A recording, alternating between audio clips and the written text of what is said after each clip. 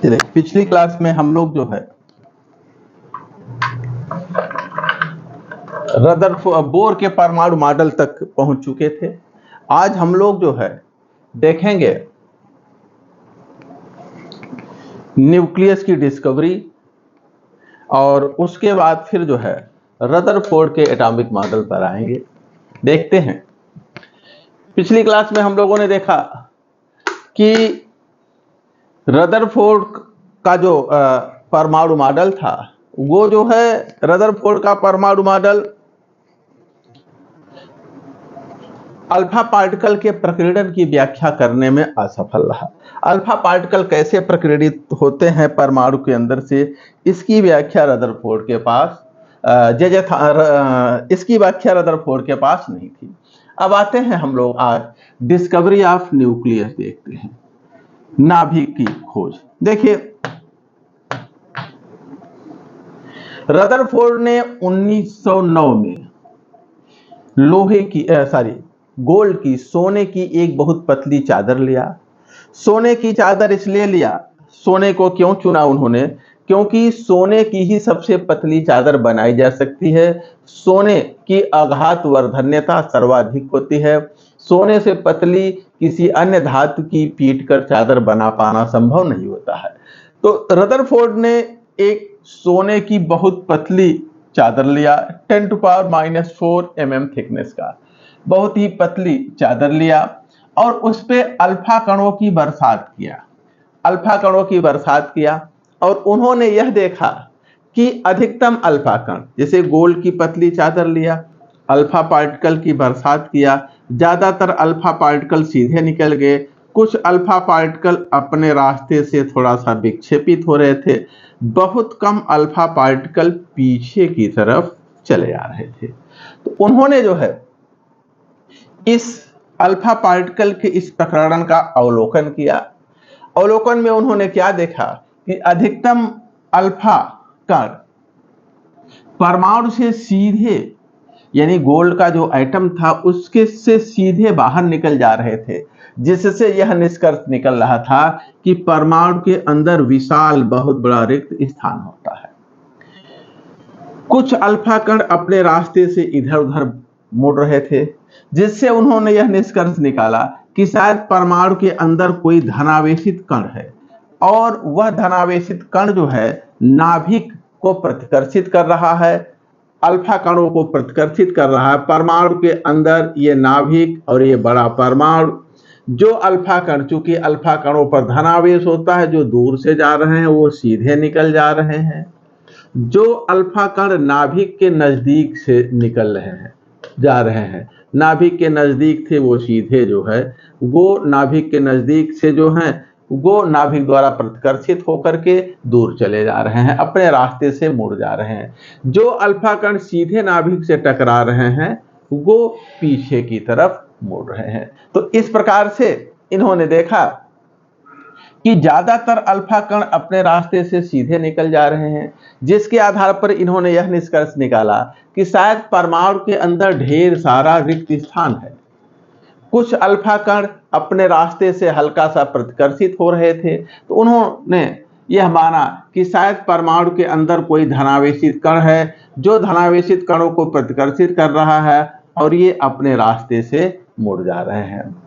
कुछ अल्फा कण पीछे की तरफ मुड़ रहे हैं और बहुत कम, लगभग 20,000 में से एक अल्फा कण पीछे की तरफ, जिससे उन्होंने निष्कर्ष निकाला कि शायद परमाणु के अंदर जो छोटा सा अत्यंत छोटा धनावेशित कण है वो जो है सघन है, एक तो अत्यंत छोटा है, सघन है, वजनी है, भारी है, और इसी अत्यंत छोटे सघन धनावेशित कण को उन्होंने क्या नाम दिया, नाभिक कहा गया। तो उसको नाभिक नाम दिया गया। नाभिक अत्यंत छोटा होता है, इसकी त्रिज्या जो है परमाणु, नाभिक की त्रिज्या परमाणु की द्रव्यमान संख्या के क्यूबिक रूट के समानुपाती होता है। परमाणु की त्रिज्या 1.33 × 10⁻13 क्यूबिक रूट ए के बराबर होता है। किसी भी परमाणु की त्रिज्या परमाणु के द्रव्यमान संख्या के क्यूबिक रूट के समानुपाती होता है। नाभिक अत्यंत छोटा होता है जिसकी वजह से उसका घनत्व भी बहुत अधिक होता है। 1.68 इंटू 10⁻14 ग्राम पर सीसी इसका घनत्व होता है। इस प्रकार से रदरफोर्ड द्वारा, ध्यान देंगे इसमें प्रश्न जो बनता है, एक तो नाभिक की खोज किसने किया? रदरफोर्ड ने। नाभिक की खोज किसके द्वारा की गई? रदरफोर्ड के द्वारा। यह हमें ध्यान रखना है। रदरफोर्ड 1909 में रदरफोर्ड द्वारा। इस नाभिक की खोज से संबंधित प्रयोग का नाम क्या था? बहुत पूछा जाता है। यह अल्फा कर्ण प्रकीर्णन प्रयोग। नाभिक की खोज किस प्रयोग के आधार पर हुआ? अल्फा कर्ण प्रकीर्णन प्रयोग के आधार पर हुआ। तो इससे जो सवाल, दो सवाल, एक तो रदरफोर्ड ने नाभिक की खोज किया था 1909 में। दूसरा, इस खोज से संबंधित प्रयोग का क्या नाम था? अल्फा कर्ण प्रकीर्णन प्रयोग। तीसरा प्रश्न इस पे जो बनता है, परमाणु के अंदर विशाल क्षेत्र, यानी कि किस प्रयोग के आधार पर यह स्पष्ट हुआ, या अल्फा कर्ण प्रकीर्णन प्रयोग के जो अवलोकन थे उसके आधार पर हम क्या निष्कर्ष निकालते हैं? तो निष्कर्ष ये निकालते हैं कि परमाणु के अंदर विशाल रिक्त स्थान होता है। अगला, उसके अंदर जो धनावेशित कण है वो अत्यंत छोटा है और सघन होता है। ये दो तीन सवाल इस पे बनते हैं, इसको हम ध्यान रखेंगे। इसी प्रयोग के आधार पर हम ये निकाल पाए निष्कर्ष कि परमाणु के अंदर विशाल रिक्त स्थान होता है। उन रिक्त स्थानों में इलेक्ट्रॉन होते हैं और उसका संपूर्ण द्रव्यमान और धनावेश परमाणु के सेंटर पर होता है, जिसे हम परमाणु नाभिक के नाम से जानते हैं। अब आते हैं रदरफोर्ड का परमाणु मॉडल। तो ध्यान देंगे, जब रदरफोर्ड द्वारा नाभिक की खोज की गई और रदरफोर्ड ने यह बताया कि परमाणु के केंद्र में नाभिक होता है अपने अल्फा कर्ण प्रकीर्णन प्रयोग के आधार पर, तब जे थॉमसन का परमाणु मॉडल पूर्णतया गलत हो गया। अब रदरफोर्ड ने अपना जो है परमाणु मॉडल प्रस्तुत किया। इसमें पहला पॉइंट जो पूछा जाता है, सबसे पहले नाभिक की बात, परमाणु के अंदर नाभिक होता है, यह बात सबसे पहले रदरफोर्ड ने अपने परमाणु मॉडल में कही। इसलिए इनके परमाणु मॉडल को हम नाभिकीय परमाणु मॉडल भी कहते हैं। इनके परमाणु मॉडल को हम नाभिकीय परमाणु मॉडल भी कहते हैं। ध्यान देंगे, सर्वप्रथम परमाणु के अंदर नाभिक की बात रदरफोर्ड ने कही थी, इसलिए रदरफोर्ड के परमाणु मॉडल को हम नाभिकीय परमाणु मॉडल के नाम से भी जानते हैं। देखिए रदरफोर्ड ने क्या कहा। रदरफोर्ड ने कहा कि परमाणु के केंद्र में नाभिक होता है। परमाणु के केंद्र में नाभिक होता है जो धनावेशित होता है, और परमाणु का समस्त द्रव्यमान तथा धनावेश, समस्त द्रव्यमान तथा धनावेश उसी नाभिक के अंदर निहित होता है। फिर से ध्यान दें, रदरफोर्ड ने बताया कि परमाणु के केंद्र में एक धनावेशित कण अर्थात नाभिक होता है और परमाणु का समस्त धनावेश तथा द्रव्यमान उसी नाभिक में निहित होता है। आगे इन्होंने बताया इलेक्ट्रॉन नाभिक की परिक्रमा करता है और बंद वृत्तीय पथ पर, यह नाभिक है और इलेक्ट्रॉन नाभिक की परिक्रमा बंद वृत्तीय पथ पर करता है। ठीक उसी प्रकार से इलेक्ट्रॉन नाभिक की परिक्रमा करता है जिस प्रकार से विभिन्न ग्रह सूर्य की परिक्रमा करते हैं। ठीक उसी प्रकार से नाभिक जो है की परिक्रमा इलेक्ट्रॉन करते हैं जिस प्रकार से सूर्य की परिक्रमा विभिन्न ग्रह करते हैं। अतः इसीलिए इस परमाणु मॉडल को हम नाभिकीय परमाणु मॉडल अथवा ग्रहीय परमाणु मॉडल के नाम से भी जानते हैं। तो यहां ध्यान देंगे, दो तीन बातें हैं जो अक्सर पूछी जाती हैं। एक तो प्रथम वह परमाणु मॉडल जिसमें सर्वप्रथम सबसे पहले नाभिक के पाए जाने की बात कही गई, तो वह किसका परमाणु मॉडल था? रदरफोर्ड का। रदरफोर्ड ने बताया कि परमाणु के अंदर नाभिक होता है, परमाणु का समस्त धनावेश तथा द्रव्यमान नाभिक में निहित होता है, इलेक्ट्रॉन नाभिक की परिक्रमा बंद वृत्तीय पथ पर ठीक उसी प्रकार से करता है जिस प्रकार से सूर्य की परिक्रमा विभिन्न ग्रह करते हैं। इसलिए इनके परमाणु मॉडल को नाभिकीय अथवा ग्रहीय परमाणु मॉडल के नाम से भी जाना जाता है। आगे इन्होंने बताया कि इलेक्ट्रॉन की वृत्तीय गति के लिए एक बल की आवश्यकता होती है जिसे हम अभिकेंद्र बल कहते हैं। जब इलेक्ट्रॉन वृत्तीय पथ पर चलेगा तो इस पर एक बाहर की तरफ बल लगता है जिसे हम अपकेंद्र बल कहते हैं, mv²/r होता है। एक अंदर की तरफ यदि बल उतना ही लगे जो इसको निरस्त कर दे, अपकेंद्र बल को निरस्त करने के लिए यदि हम उतना ही अभिकेंद्र बल अंदर की तरफ लगाएं, तभी इलेक्ट्रॉन जो है वृत्तीय पथ पर नाभिक की परिक्रमा कर सकता है। तो अपकेंद्र बल इलेक्ट्रॉन के द्रव्यमान और उसकी गति के कारण उत्पन्न होता है। इन्होंने बताया कि इलेक्ट्रॉन की वृत्तीय गति के लिए जो अभिकेंद्र बल चाहिए वह इलेक्ट्रॉन तथा नाभिक के बीच लगने वाले विद्युत स्थैतिक आकर्षण बल यानी Ze²/r² से प्राप्त होता है। और इस प्रकार से जितना अपकेंद्र बल बाहर लगता है उतना अभिकेंद्र बल अंदर लगता है और इलेक्ट्रॉन वृत्तीय पथ पर चलता रहता है। ये रहा रदरफोर्ड का परमाणु मॉडल। इससे ज्यादा बहुत अधिक इससे सवाल नहीं बनते हैं, 2-3 पॉइंट हैं जिन पे सवाल बनते हैं, ध्यान रखेंगे। अब आते हैं इनकी कमियां। रदरफोर्ड का परमाणु मॉडल जो है परमाणु के स्थायित्व की व्याख्या नहीं कर सका।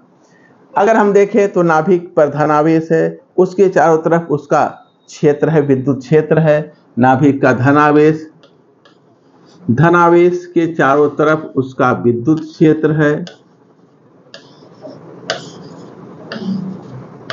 विद्युत क्षेत्र। और ये इलेक्ट्रॉन जब इस विद्युत क्षेत्र में क्षेत्र के लंबवत परिक्रमा करता है तब यह सदैव, यह हर जगह विद्युत क्षेत्र को लंबवत काटता रहता है, कट करता है।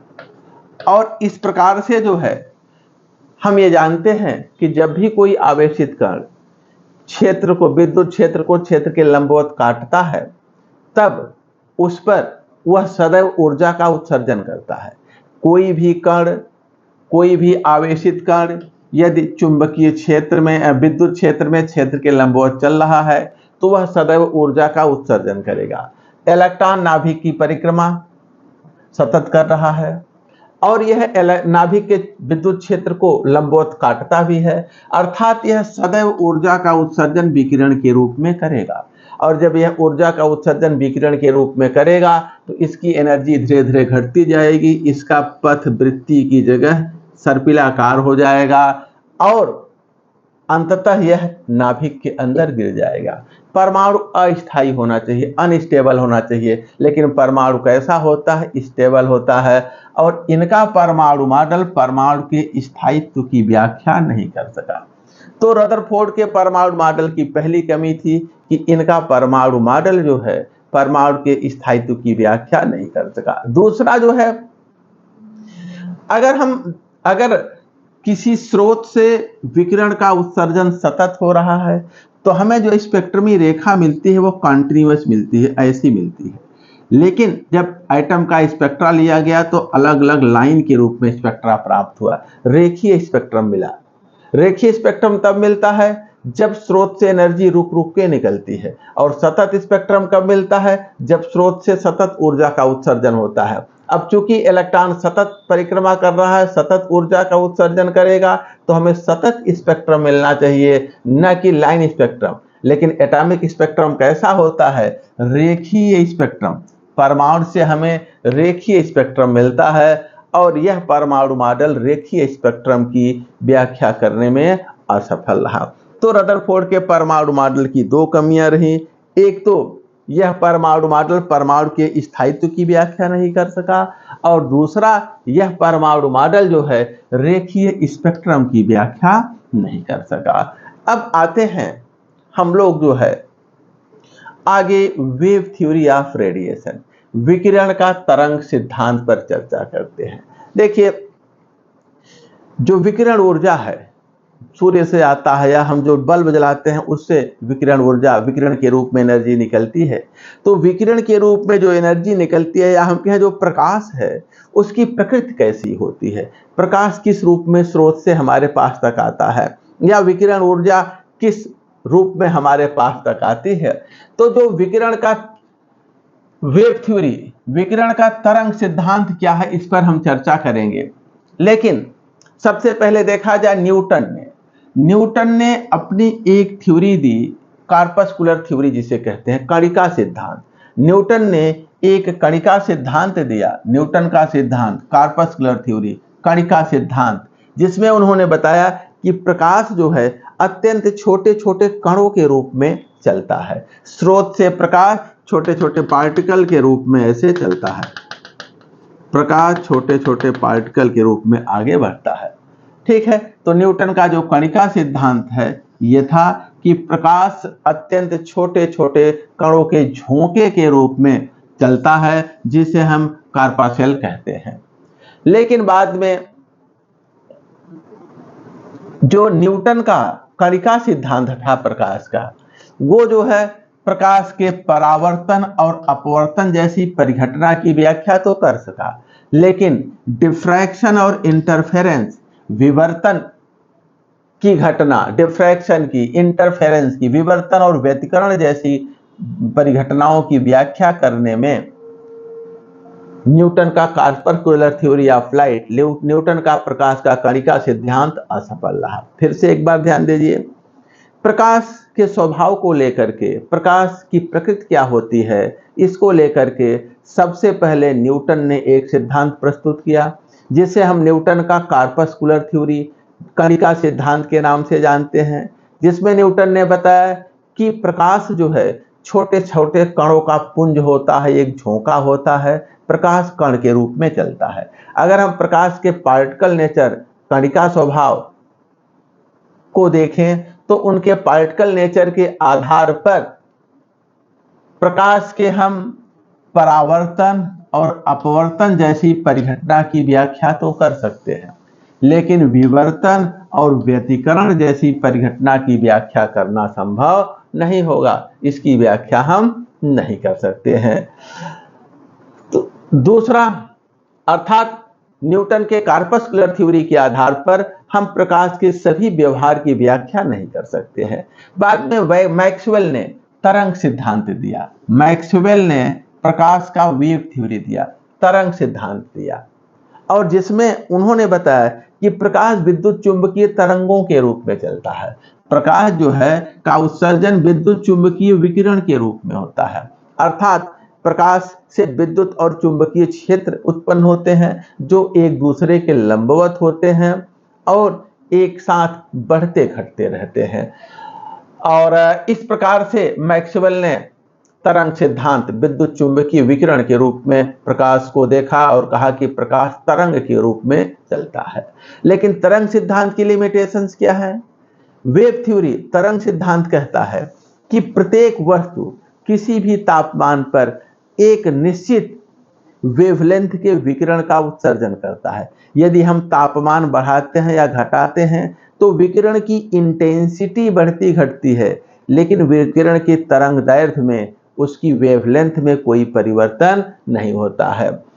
अब वेव थ्योरी तो कहती है कि प्रत्येक वस्तु किसी भी तापमान पर एक निश्चित वेवलेंथ के विकिरण का उत्सर्जन करता है। यदि हम टेम्परेचर बढ़ाते हैं तो विकिरण की इंटेंसिटी बढ़ती है, उसके तरंग दैर्घ्य यानी वेवलेंथ में कोई परिवर्तन नहीं होता है।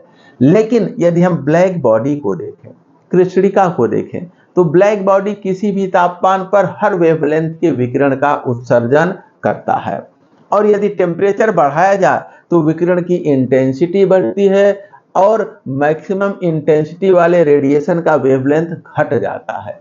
तो इस प्रकार हम जो है ब्लैक बॉडी रेडिएशन, कृष्णिका उत्सर्जन की व्याख्या तरंग सिद्धांत के आधार पर नहीं कर सकते हैं।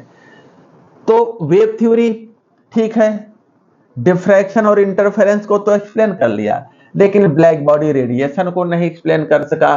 दूसरा, प्रकाश विद्युत प्रभाव, फोटो इलेक्ट्रिक इफेक्ट की भी व्याख्या हम वेव थ्योरी के आधार पर नहीं कर सकते हैं। यह देखा गया है कि अगर हम एक पर्टिकुलर वेवलेंथ से कम, वेव थ्योरी क्या कहती है कि विकिरण की ऊर्जा, जो विकिरण में एनर्जी होता है, वो जो है उसकी इंटेंसिटी पर डिपेंड करता है। प्रकाश की तीव्रता हम जितनी ज़्यादा बढ़ा दें, प्रकाश की इंटेंसिटी जितनी ज़्यादा कर दें, उतना ज़्यादा उसमें एनर्जी उसकी बढ़ जाती है।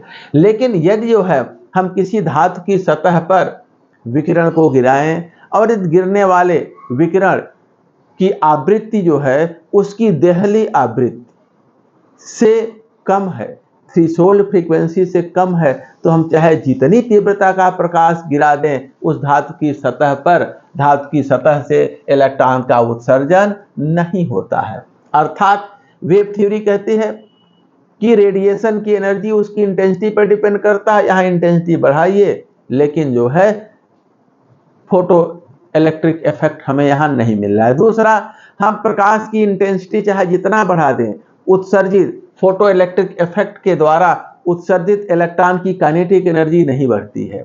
कब बढ़ती है? जब इंसिडेंट रेडिएशन की हम फ्रीक्वेंसी बढ़ाते हैं तब इमिटेड इलेक्ट्रॉन, उत्सर्जित इलेक्ट्रॉन की जो है काइनेटिक एनर्जी बढ़ती है। और यदि देहली फ्रीक्वेंसी से यानी कि थ्रेशोल्ड फ्रीक्वेंसी से कम, देहली आवृत्ति से कम आवृत्ति है आपतित प्रकाश की, तो इलेक्ट्रॉन का उत्सर्जन ही नहीं होता। तो इन घटनाओं